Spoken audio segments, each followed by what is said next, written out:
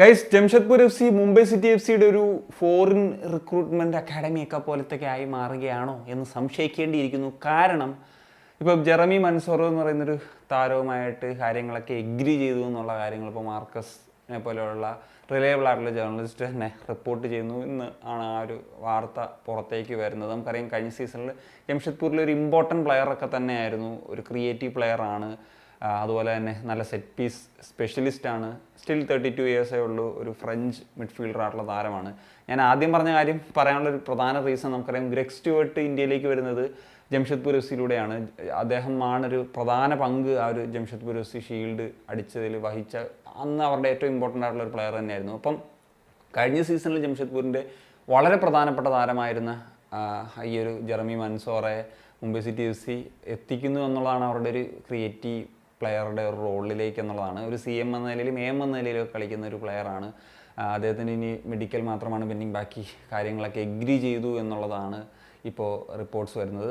അതിനോടൊപ്പം തന്നെയാണ് ഇപ്പം ലാൽ മുസാല ലാൽബിയാക്കാന എന്ന് പറഞ്ഞിട്ടുള്ള ഐസ്വാളിൻ്റെ പ്ലെയർ, ഹൈ ലീഗ് ടോപ്പ് സ്കോററൊക്കെയാണ്. ഈ സീസണിൽ 15 ഗോൾസ് സ്കോർ ചെയ്തിട്ടുണ്ടായിരുന്നൊരു പ്ലെയറാണ്.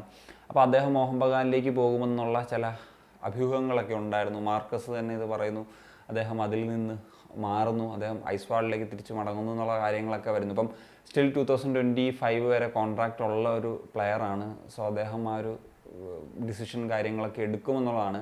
I think it's a good decision.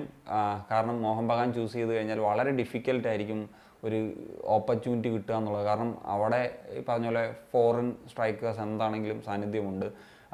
ഇപ്പം അവിടെ സ്ട്രൈക്കേഴ്സായിട്ട് വന്ന് ഇപ്പോൾ ലിസ്റ്റൺ ആണെങ്കിലും മൻവീർ ആണെങ്കിലും ലൈക്ക് ഇയാൻ നസീർ പോലത്തെ പ്ലേയേഴ്സൊക്കെ പിന്നീട് ഒരു വിങ്ങേഴ്സ് എന്ന നിലയിലേക്കൊക്കെ മാറുന്ന കാഴ്ച നമുക്ക് കാണാൻ സാധിക്കുന്നുണ്ടായിരുന്നു.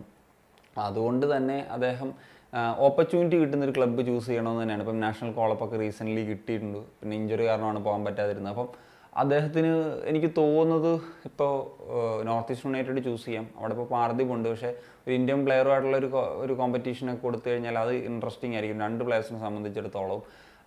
അതുപോലെ തന്നെ ഇപ്പം പിന്നെ മുഹമ്മദൻ വേണമെങ്കിൽ ഇത് ചെയ്യാം. കാരണം ഡേവിഡ് അവിടെ നിന്ന് പോയ സ്ഥാനത്ത് അവിടെ ഒരു ഇതുണ്ട്. അപ്പം പുതുതായിട്ട് ISLോട്ട് വരുന്നൊരു ക്ലബ്ബാണ്.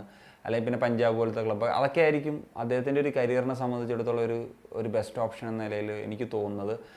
സോ എന്താണെങ്കിലും മോഹൻ ബഗാൻ ചൂസ് ചെയ്യുന്നില്ല എന്നുള്ള കാര്യം, അദ്ദേഹം ആ ഒരു മണിയേക്കാൾ അദ്ദേഹത്തിൻ്റെ ഒരു കരിയർ വാല്യൂ ചെയ്തു എന്നുള്ളത് വേണം മനസ്സിലാക്കാനായിട്ട്. So that's it case. അപ്പോൾ എന്തൊക്കെയാണ് നിങ്ങളുടെ ഒപ്പീനിയൻ? ഉറപ്പായിട്ടും കമ്പോസിറ്റ് റെക്കോർഡിംഗ്